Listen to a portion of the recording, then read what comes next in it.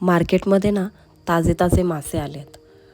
आज आपण सुरमई फ्राय आणि त्याच्यासोबतच मालवणी करी सुरमईचीच बनवणार आहोत, अगदी सोप्या पद्धतीने. तर चला बनवूया.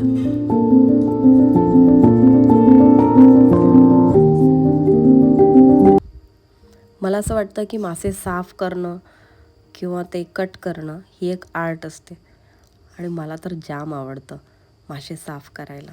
तुम्ही पाहू शकता आपण माशाला, सुरमई फिशला कसं आपण अशा पद्धतीने कट करून घेतलेलं आहे.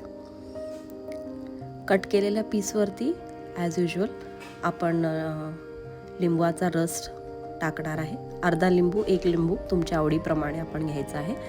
आणि त्याच्यावरती थोडंसं मीठ आणि लिंबू लावल्यामुळे चव तर सुंदर येतेच, पण सोबतच जर माशाला वास असेल तर तो वास पण नाहीसा होतो. आपण हळद आणि आगळ दोन्ही गोष्टी त्याच वेळेला लावून घ्यायच्या आहेत माशाला, जेणेकरून आंबट अशी चव त्या माशामध्ये उतरली पाहिजे.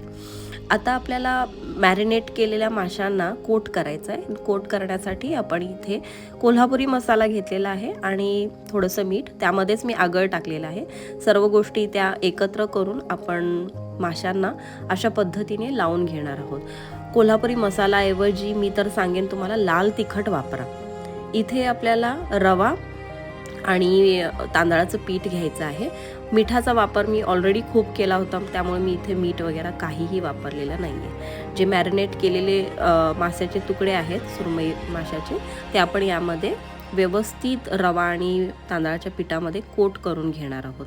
ही प्रोसेस थोडी आधीच करून घ्यायची, जेणेकरून व्यवस्थित जे माशाचे तुकडे आहेत, कोणत्याही माशाचे तुकडे असू देत, ते व्यवस्थित कोट होतील आणि तुम्हाला फ्राय करायला सोपं जाईल. अशा पद्धतीने आपण आपल्याकडचे सर्व मासे जे आहेत ते कोट करून कढई किंवा पॅनमध्ये आपण आता हे तळणार आहोत. मी तर आता इथे पॅन वापरले आहे. पॅन घेतलेला आहे, पॅनमध्ये आपण तेल घेतलेलं आहे. मला नेहमीच फिश जो आहे तो डीप फ्राय केलेला आवडतो. तेल गरम झाल्यानंतर आपण सर्व मासे जे आहेत ते कुरकुरीत तळून घ्यायचे आहेत.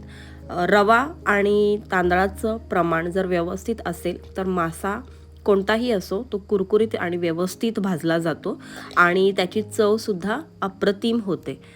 शॅलो फ्रायचा प्रॉब्लेम काय होतो की बऱ्याच वेळेला त्याचं जे वरचं कोटिंग आहे ते त्या तव्याला तसंच चिकटलं जातं, पण डीप फ्रायमध्ये असा काहीही इश्यू येत नाही. मासे डीप फ्राय केल्यानंतर आपण एका जाळीवरती ते मासे काढून घ्यायचे आहेत. तुम्ही काढतानासुद्धा प्रत्येक फिशचा तुकडा हा सेपरेट ठेवायचा आहे. ओके, आता माशाची करी बनवायची आहे. प्रोसेस अगदी सोपी आहे. ओला नारळ, 1 टोमॅटो, 1 कांदा आणि 5-6 काश्मीरी मिरच्या, लसणाच्या पाकळ्या घ्यायच्या आहेत आणि थोडंसं एक अर्धी वाटी आपल्याला धणे टाकायचे आहे. त्याच्यामध्ये आपण बारीक वाटून घ्यायचं आहे सर्व गोष्टी. मिक्सरमध्ये तुम्ही बघू शकता की अतिशय फाईन आणि कलरसुद्धा खूप सुंदर असा आला आहे. तर आपलं वाटण तयार आहे. आता कढईमध्ये आपण थोडंसं 1-2 चमचे तेल घ्यायचं आहे आणि फोडणीसाठीच आपण थोडंसं तेल वापरणार आहे.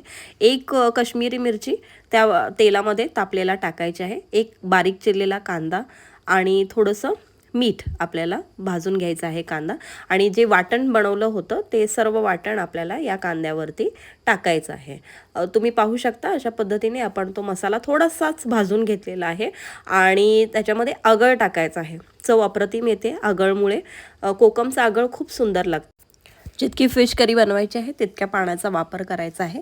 उकळी आल्यानंतरच आपल्याला त्यामध्ये माशाचे तुकडे जे आहेत ते टाकायचं आहे. माशाचे तुकडे टाकण्याआधी तुम्ही त्याला छान उकळी येणे फार गरजेचं आहे. आणि तुम्ही पाहू शकता आपल्या फिश करीला छान उकळी आलेली आहे आणि आता आपण त्यामध्ये आपल्या आवडीप्रमाणे जे आपल्याला माशाचे तुकडे होते ते आपण त्यामध्ये टाकणार आहोत. एक छोटीशी उकळी आल्यानंतर आपली जी फिश करी आहे ती बनून रेडी झालेली आहे. आगळ, कवळा नारळ असल्यामुळे फिश करीला खूप सुंदर चव येते. तुम्ही नक्की ट्राय करा अशी माझी इच्छा आहे.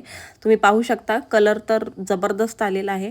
मालवणी फिश करी आणि भात आणि सोबत जर फ्राईड फिश असेल तर अप्रतिम कॉम्बिनेशन.